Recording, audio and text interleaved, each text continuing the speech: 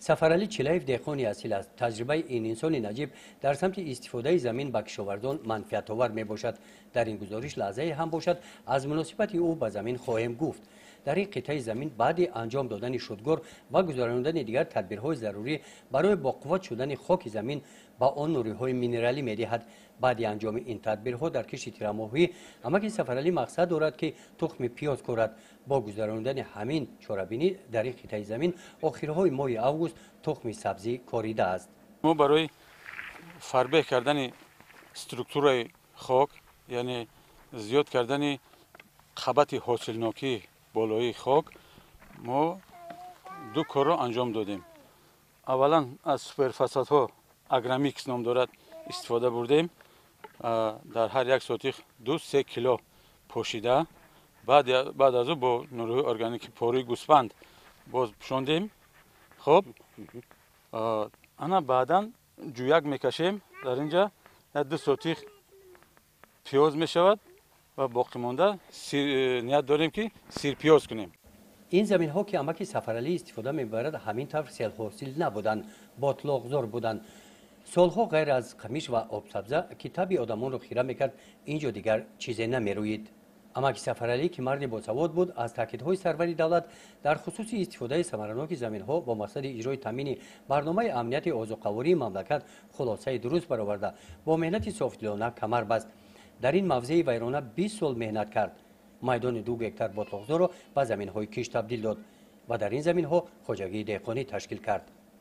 خاک این چخیل میگیم یکان حاصل رو سبز نمیکرد غیری از خور گاز همین چیزای شور.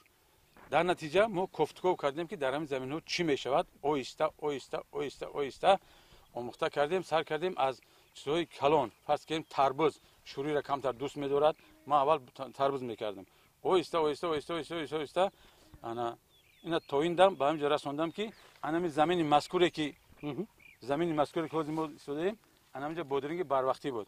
801 زمین ای 801 زمین انم 801 زمین 8137 سومون با ما فایده آورد.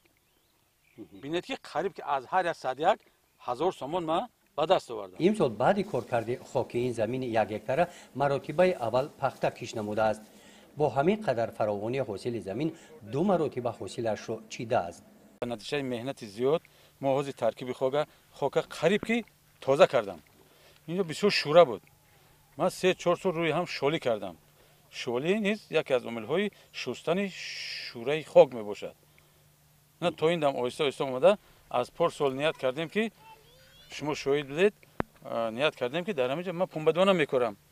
روزی در چینیش یکم دیم 15 سنری از هر هکتاری من به دست آوردم. در صحرا حاصل بسیار من باوری کامل دارم که باز 15-20 سنری دیگر من جمع کرده به خدمت دولت میسپارم. سفرعلی چلاєв به قدر زمین رسیده هر یک وجب آن را ثمرناک استفاده کرده است. او میگوید که برای سیرحاصل شدن خاک از اصول کشتگردان استفاده برده است. زمین را به قطعه‌ها جدا کرده کشت مینماید. در این قطعه کارتوشکا کشت تیرماهی است. حاصلش را ماه نوامبر جمع‌آوری مینماید. گزارش خواجه نظریف خدای نظر زهروف از ناحیه واسه برای برنامه اطلاعاتی نوید.